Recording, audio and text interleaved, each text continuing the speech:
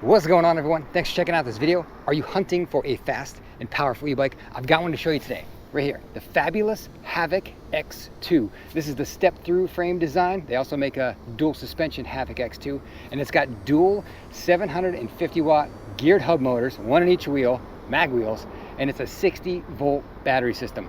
Crazy awesome performance out of this bike, and that's what I'm going to show you today. We're going to go do some top speed runs, some accelerations, some hill climbs, so you can see just how much power this thing's got. But let me show you what it looks like up close really quick.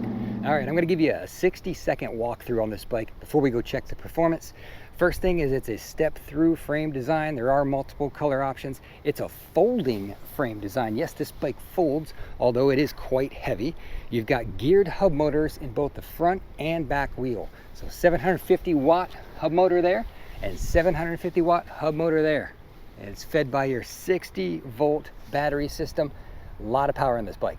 Rack and fenders are included. You've got mag wheels, headlight, taillight, brake light, turn signals. The forks are RST guide front forks, and you've got Zoom hydraulic brakes. You need hydraulic brakes on a bike this fast and this heavy. It has a twist throttle on your right hand side, locking grips, 7-speed trigger shifters. Let me turn on your display. The power button is on the top of this over here. That's where the power button is. Got that going. So there's your display. This is just my GPS running on my phone. Here's your headlight button, turn signal buttons, horn buttons. The red button switches between single wheel and all-wheel drive. So when it's in single wheel, it's rear wheel, and then flip the switch and you're in all-wheel drive. Very comfortable seating position because it's got these tall BMX style handlebars on it. It looks a little off, but trust me, when you sit on this, it is extremely comfortable. I was looking at this originally going, I don't know how this is gonna be, but you sit on it, it's super comfortable. This seat is nice and wide and soft and spring loaded. Awesome seat. And I think that is the basics of what you need to know. I know you're really here to see the performance, so we can go check that. And for those performance oriented folks out there, it is a there's multiple controllers in there, one controller for each wheel. They're 22 amp controllers, just so you're aware of the power system that's on this. And that's, from the little I've ridden it, it's been perfectly adequate. I mean, you can't even control the front wheel spin when it's on the fast start, but we'll get to that. I need to show you some settings in here too, but let's go out and check top speeds and hill climb power. Let's go. All right, let's get into pedal assist 5. We're gonna turn on both motors and let's do a throttle only run here and see where we get to. Hopefully you can see one of these two screens. Picks up speed super quick. Already at 25, 28, 30. Mostly flat ground right here. 33. Got the 33, no problem. 35 at registered. Consistently 33 on the flat.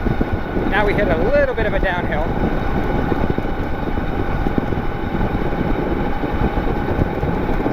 34. That's about it. It sounds like the motor is spinning about as fast as it can right now. 34. There's your top speed. That's a pretty respectable top speed. And it gets there pretty quick with the dual motors kicking in. All right, that first run was with the slow start setting turned up to the max. I've now gone in and turned it down. So we're gonna get the fastest start possible. We'll see if that translates into any more speed or not. We'll find out. See if I can baby the throttle to get going here. Not so much wheel spin because it's crazy powerful. There we go. I eased into it. Now we're full throttle. See where we get going back the other way on the road here. Up to 30, no problem. 32, 33.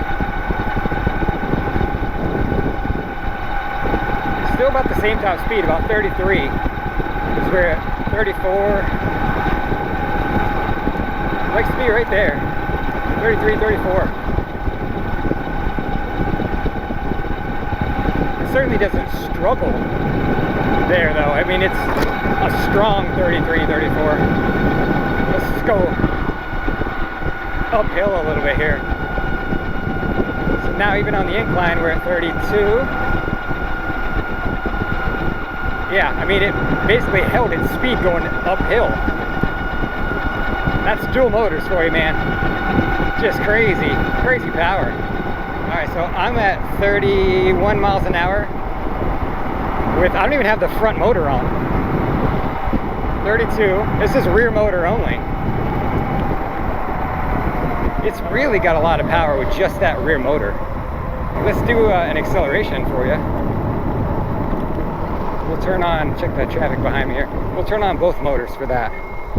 But it's set to max power off the line. So if you just crank the throttle, you're gonna get a ton of wheel spin probably.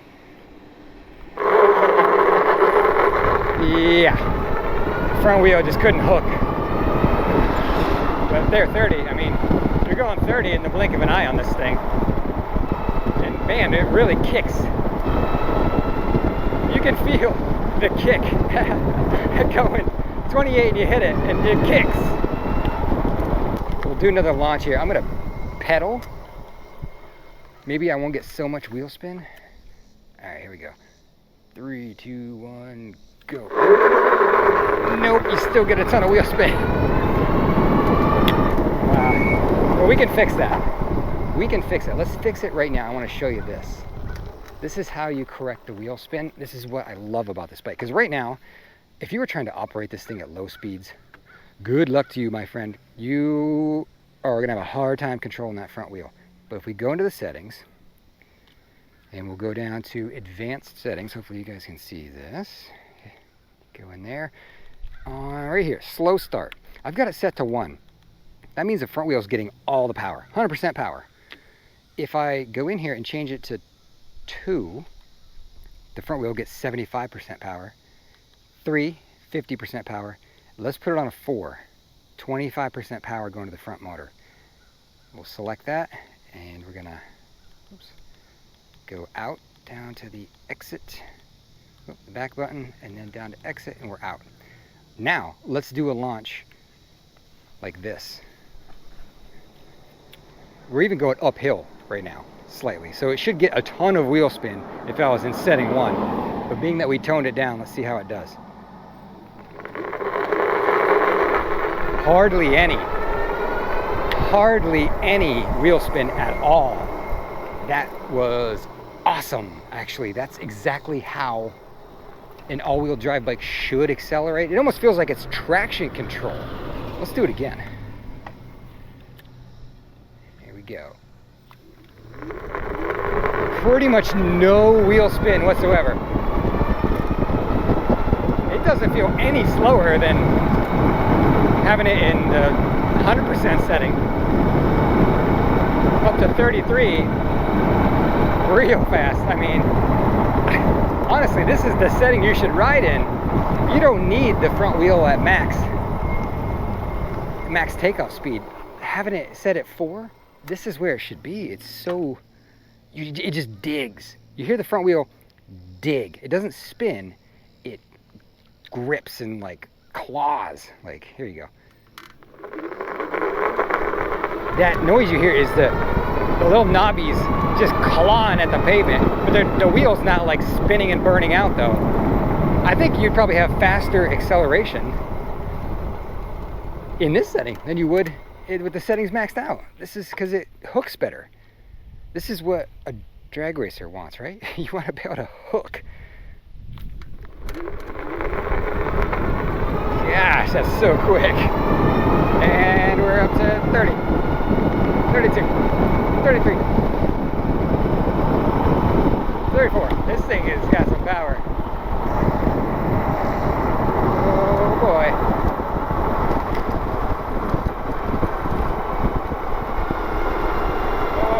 Oh, it just pulls you out of the turns. I like the slow start setting. You don't have to worry so much. That's the thing that always worries about me. On the fast start, you get so much wheel spin on takeoff and in turns, and I just hit it full blast, both wheels going there in that turn, and it just pulled me out of it. Maybe I'll set up right here and do some launches so you can see the difference on the wheel spin. It's dramatic. It's like having traction control. I love setting a number 4. Forget setting 1 with all the power. It should be on setting 4 because you don't lose any top speed at all, but you just get a much, I'll say, safer and efficient start without the front wheel spin.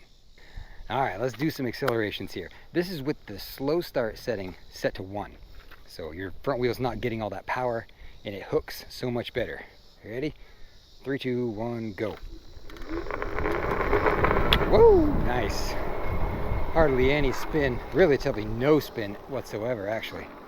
And even there, when you're doing a turn like that and you hit the throttle at the last minute, you don't get front wheel whipping out from underneath you. That is key. Makes it so much less dangerous. Like this, when you're doing this turn and you hit the gas, the front wheel doesn't whip out in front of you. Gosh, that's so perfect. All right, now here's the setting at 3, which is supposed to be 50% power. 3, 2, 1, go. Already, you're getting so much more wheel spin. Wow. Wow, that was crazy. Yeah, it's so much more wheel spin just with bumping it to a 3. I didn't think it would have that much of a wheel spin at 3, but let's go ahead and set it now to a 1. Let's just give it full power. Advanced settings. Go down here to slow start. Click it down to 1. Now the front wheel gets all of the power. We'll exit out. There we go. Okay. It's just crazy wheel spin now. 3, 2, 1, go. Oh man, that was a ton. That was a ton of wheel spin. That was a ton. If you're making a turn and you accidentally hit that front wheel, like, whew, man, it's more dangerous like this. That front wheel can get away from you. Turn in and you hit it. Woo, boy. It's got to be in 4. I'm changing it right back to 4 right now because I like 4. It's the most manageable. All right, we're at the hill climb test. Let's see how she does. I usually test like 750 watt bikes and they climb this hill in 22 seconds flat, the fast ones. We're gonna crush that because this is way more than 750 watts. So it's just the power out of this thing. Here you go. This is like a 10 to 12% hill climb. Here we go. We'll time it for fun. 3, 2, 1, go. I like that slow start. It really digs. Oh my God, we're gonna exceed the limitations of this path. Holy cow! And time. Holy. Okay, that's kind of like the assistant bike. Like where you struggle to keep it on the path. We're only doing that once. That was too fast. That was crazy fast. That must have been, I'm gonna guess it. You ready? 13.5 seconds is my guess. 13.5. Just power for days on hill climbs. That's why I love the dual motor bikes for hill climb. People always say get a mid-drive. Yeah, mid-drives are great, but you got to use the gearing of the bike to get the torque out. These dual motor, I mean, 2 wheels pulling you up the hill is much better than 1. You don't have as much, if it's a super steep hill, there's not as much of a risk as going over backwards. I've had that happen a lot on the mid-drive bikes where I'm pushing so hard, it's so torquey that the front end comes up in the air and I end up riding a wheelie up the hill, almost going over backwards. All right, here's a good side hill. We can let this thing claw its way up.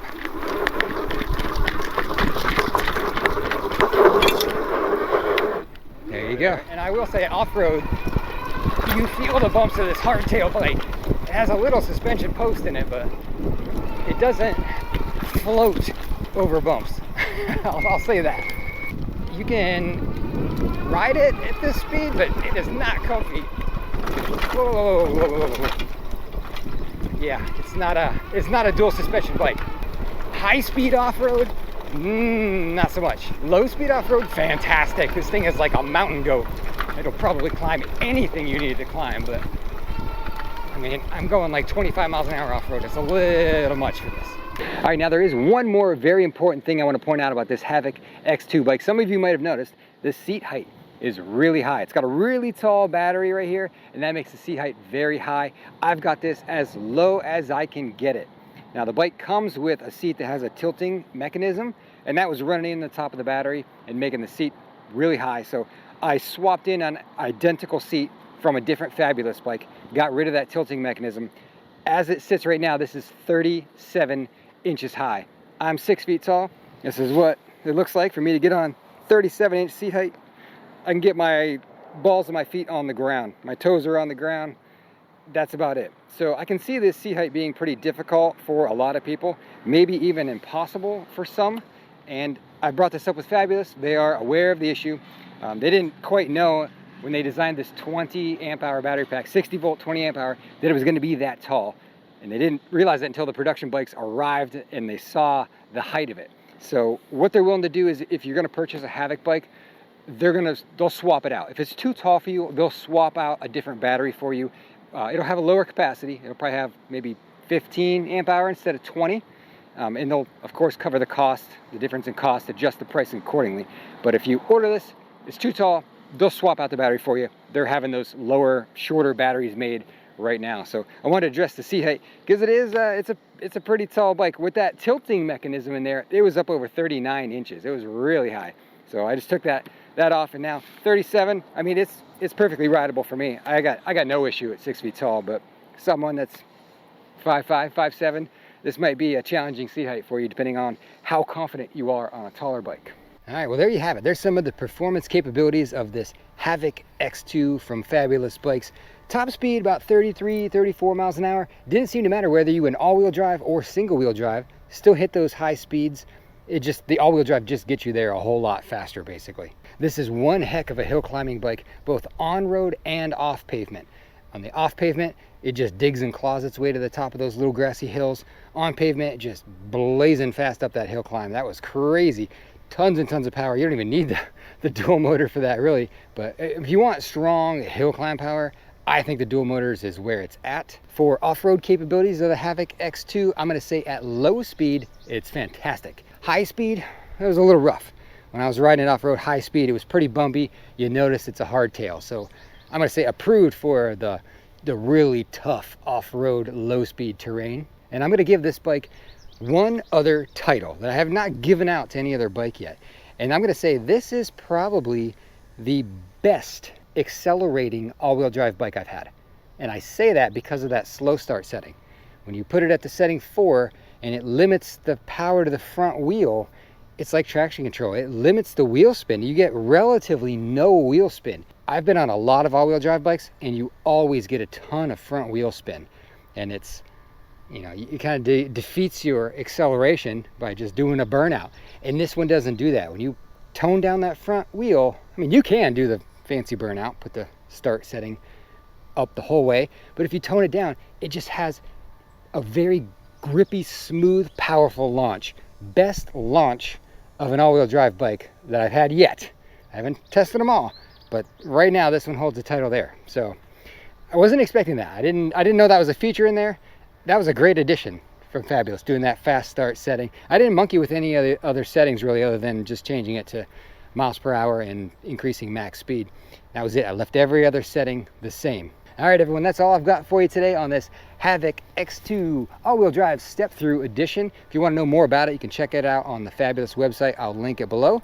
And hopefully you found this interesting, informative, maybe at least entertaining. If you did, do me a favor, hit subscribe, come back for more. Talk to y'all later. Thanks.